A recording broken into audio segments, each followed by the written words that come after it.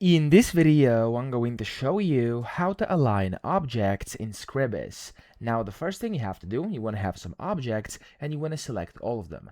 Now, the easiest way to do this is simply to drag a rectangle selection. So just press your left mouse button anywhere and then hold it and drag over them. And just like this, you're going to create a selection of all your objects.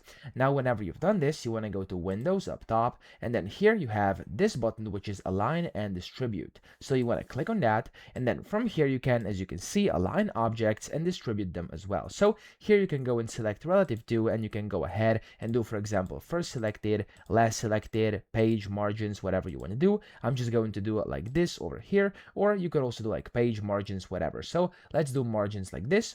And then of course you want to select the selected guide if you have any. I don't, so I'm just going to leave it like this. And you can of course align sides by move or resize.